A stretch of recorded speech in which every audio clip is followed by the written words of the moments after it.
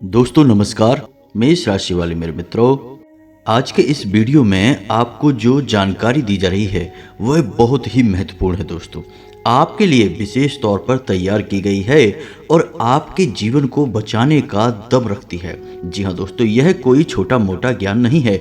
इस वीडियो में बताई गई हर एक बात आपके जीवन से जुड़ी हुई है। जी हाँ दोस्तों, क्योंकि इस वीडियो में हम आपको बताने जा रहे हैं 3 ऐसे लोगों के बारे में जिनसे आपको हमेशा बचकर रहना है। और ये 3 लोग कोई बाहर के लोग नहीं हैं, आपके जीवन से जुड़े हुए लोग हैं, आपके साथ रहने वाले लोग हैं, आपके परिवार और संबंधियों में रहने वाले लोग हैं। जी हाँ दोस्तों, तो ऐसे में आपके लिए खतरा बहुत अधिक बढ़ जाता है। दोस्तों, आप विचार करके देखिए कि आपके जीवन में जब जब परेशानियां आई हैं, जब जब आपके जीवन में कष्ट आए हैं, तो उन कष्ट और परेशानियों का कारण आपके कुछ ऐसे फैसले रहे हैं जिनकी वजह से आप ऐसी उलझनों में उलझ गए हैं जिनसे बाहर निकलना आपके लिए मुश्किल हो गया है। लेकिन आप विचार करके देखिए कि आपने ऐसे काम या ऐसे फैसले लिए क्यों। ऐसे फैसले आपने कुछ लोगों की बातों में आकर या फिर कुछ लोगों के बहकावे में भावनात्मक तौर पर प्रेरित होकर लिए थे, जिसकी वजह से आप परेशानी में फंस गए, लेकिन लोगों ने आपसे लाभ ले लिया। जी हाँ दोस्तों, तो आज के इस वीडियो में हम आपको यही बताने जा रहे हैं कि ज्योतिष शास्त्र के अनुसार आपकी राशि के जातकों को किन लोगों से बचकर रहना होगा, और खास तौर पर इन 3 लोगों से तो आपको दूरी बनाकर ही रखनी होगी। अब चाहे भले ही ये लोग आपके परिवार में ही क्यों ना हो, फिर भी आप इनसे ज़्यादा संपर्क ना रखें, क्योंकि आप जितना इनके नज़दीक जाएंगे आपके जीवन में कष्ट बढ़ते जाएंगे। और जब आपके जीवन में कष्ट बढ़ेंगे, आप परेशानियों में फंसेंगे, तो ये लोग जीवन का आनंद ले रहे होंगे, आपके काम में नहीं आएंगे और आपकी परेशानियों का जिम्मेदार आपको ही ठहरा देंगे और आपको तरह तरह के ताने देंगे। आपकी किसी भी बात का सम्मान नहीं करेंगे और ना ही आपके किसी काम में आने वाले हैं। जी हाँ दोस्तों, तो ऐसे में यह बहुत ही महत्वपूर्ण हो जाता है कि आप इन लोगों को अच्छी तरह से पहचान लें और पहले से ही सतर्कता बरतें, ताकि आप आने वाली समस्याओं से कम बच ही जाएंगे। तो चलिए दोस्तों, वीडियो की शुरुआत करते हैं, लेकिन इससे पहले आपसे एक निवेदन है कि कमेंट में पूरे भक्ति भाव के साथ जय माँ भद्रकाली रक्षा करो अवश्य लिखें। माता भद्रकाली आपको सीधा प्रेम और आशीर्वाद देंगी और आपके जीवन की रक्षा भी करेंगी।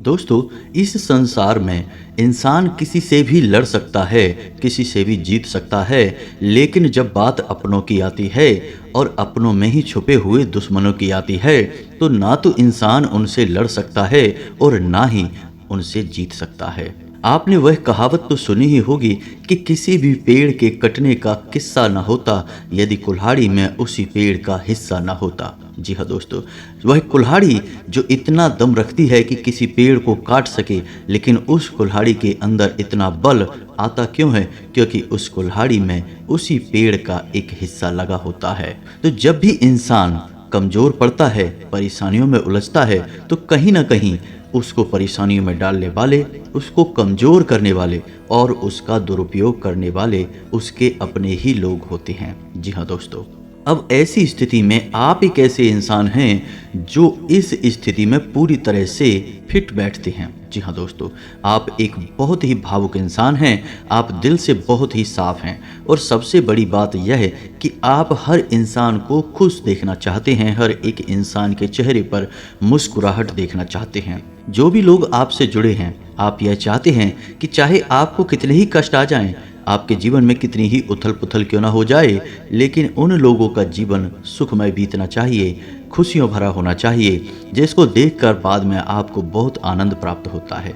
ईश्वर की यह देन है कि आपका दिल बिल्कुल शीशे जैसा साफ है और बहुत ही सुंदर है। लेकिन दोस्तों, ईश्वर का यह प्रेम और आशीर्वाद ही आपके लिए कई बार मुसीबतों का कारण बन जाता है। शायद आपको इस बात का ख्याल नहीं है कि कुछ लोग आपके अपनों में ही ऐसे छुपे हुए बैठे हैं जो इस बात को बहुत अच्छी तरह से जानते हैं कि आप कहाँ पर जाकर पिघल जाते हैं और किस तरह आपसे काम करवाया जाता है।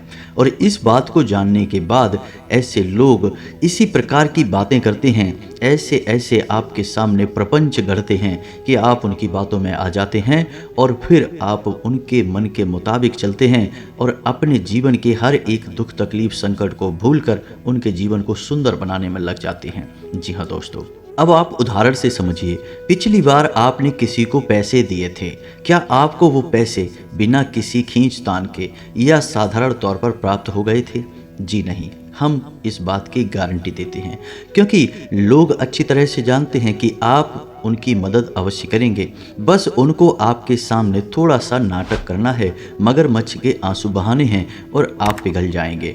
लेकिन जब आप अपने ही पैसे वापस मांगेंगे तो बुराइयां होंगी, आप में ही तमाम गलतियां निकाल दी जाएंगी और आपको ही दोषी बनाकर पेश किया जाएगा और ऐसा लगेगा कि जैसे आपने अपने ही पैसे मांगकर गलती कर दी है।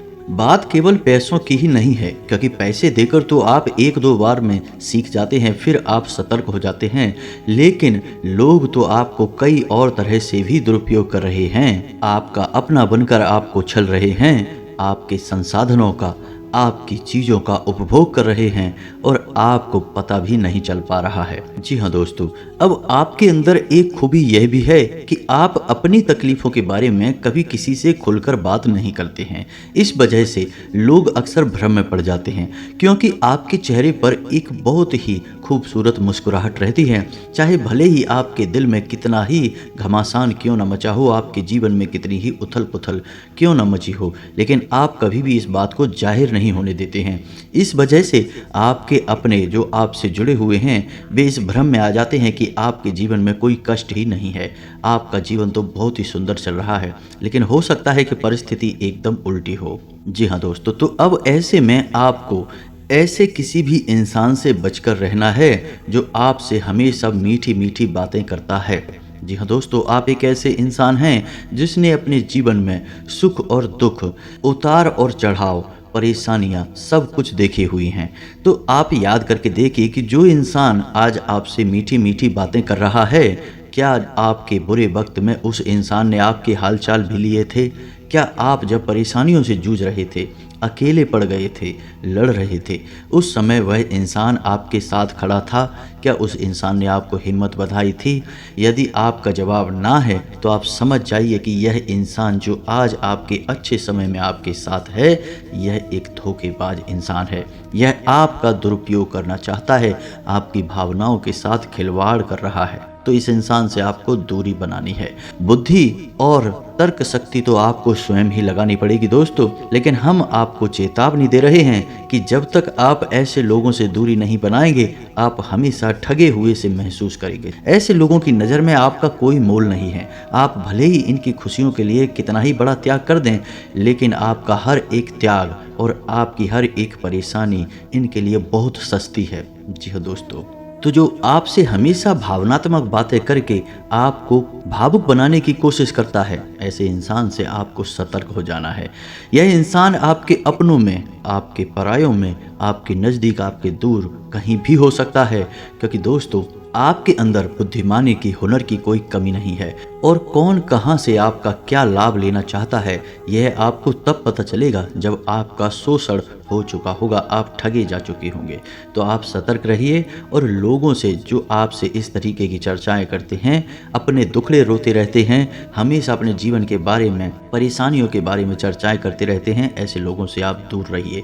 ये आपका शोषण करना चाहते हैं। जी हाँ दोस्तों, दूसरा एक ऐसा इंसान जो किसी देवी की बहुत अधिक पूजा पाठ करता है। देवीय शक्तियां हमेशा अपने साधक को आवरण में रखती हैं। जी हाँ दोस्तों, यह एक शास्त्रीय विचार है कि जब भी कोई इंसान किसी देवी की पूजा आराधना करता है सच्चे मन से करता है। जी हाँ दोस्तों, इस बात से कोई फर्क नहीं पड़ता कि वह कितनी देर करता है या कितनी पूजा करता है, कम या ज़्यादा इससे कोई फर्क नहीं पड़ता है। लेकिन यदि कोई इंसान लगातार किसी देवी की आराधना कर रहा है तो आपको ऐसे इंसान से थोड़ा सा सतर्क रहने की आवश्यकता है। अब आपको क्यों सतर्क रहना है?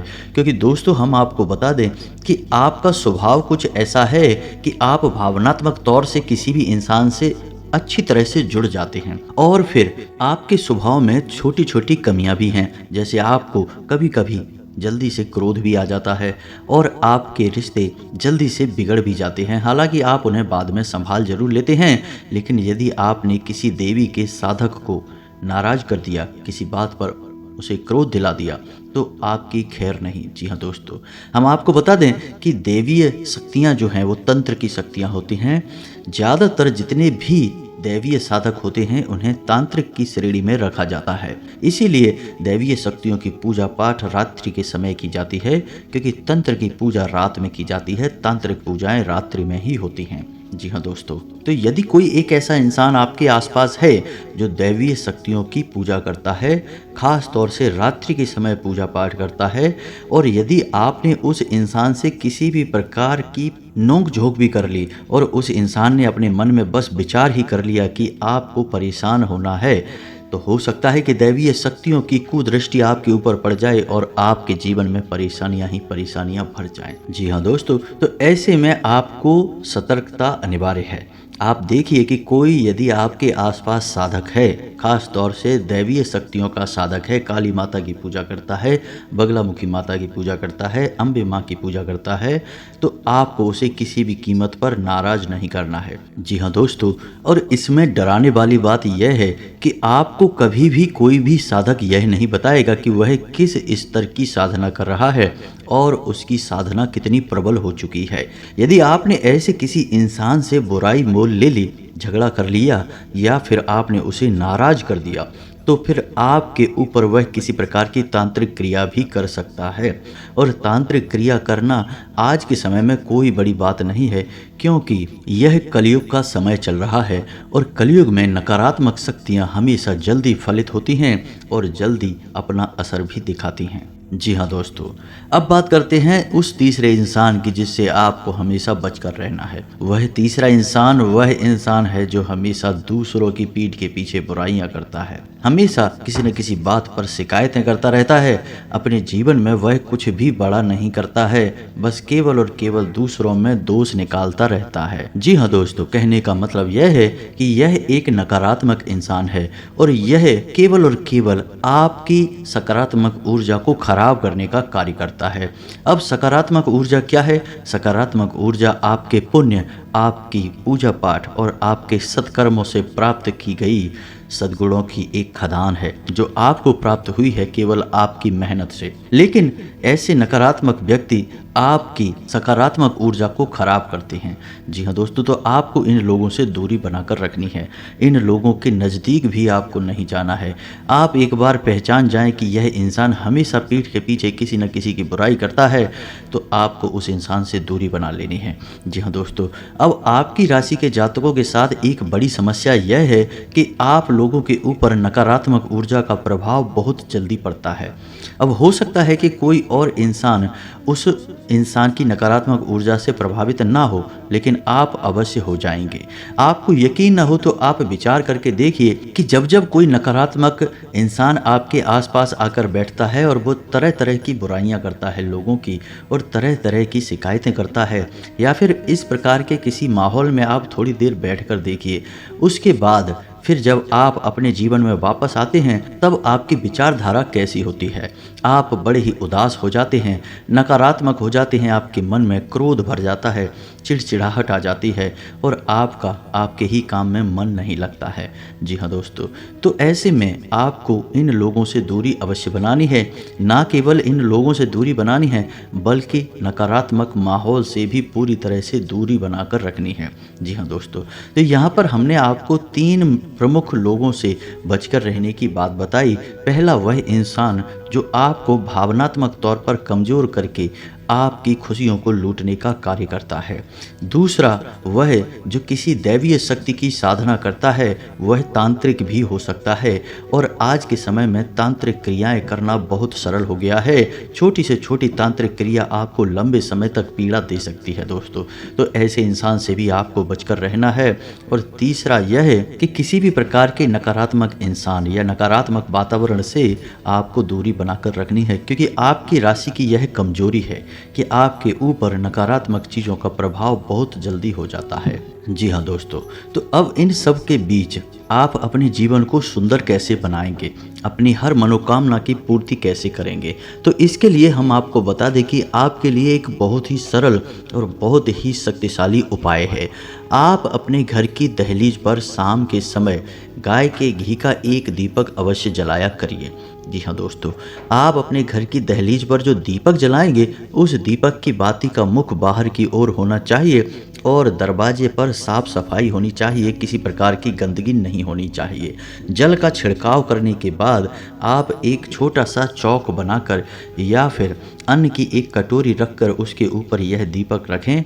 आप देखेंगे कि कुछ ही दिनों में आपके जीवन में बदलाव आने लगेंगे। जी हाँ दोस्तों, अब यह उपाय जो है वह आपकी कुल देवी या कुल देवता के लिए समर्पित है। दोस्तों, जैसे कि नाम से ही पता चल रहा है, आपके कुल के पालनहार, आपके कुल के रक्षक, आपके कुल के सुख और समृद्धि के कारक देवी या देवता को आपको याद करना और उनके नाम का दीपक जलाना बहुत आवश्यक है। आज के भागदौड़ भरे जीवन में लोग इस काम को करना भूल चुके हैं, जिसकी वजह से सुख और समृद्धि उन तक पहुंच नहीं पा रही है और परेशानी या नकारात्मकता उन्हें घेर लेती है। जी हाँ दोस्तों, यदि वीडियो से संबंधित कोई भी प्रश्न आपके मन में आए तो आप कमेंट करके पूछें, हम आपके प्रश्नों के जवाब देने की पूरी कोशिश करेंगे। इसी के साथ आज के इस वीडियो को विराम देते हैं। कमेंट में पूरे भक्ति भाव के साथ जय मां भद्रकाली लिखना ना भूलें। मिलते हैं अगले ज्ञानवर्धक वीडियो में, तब तक के लिए धन्यवाद। जय माता की।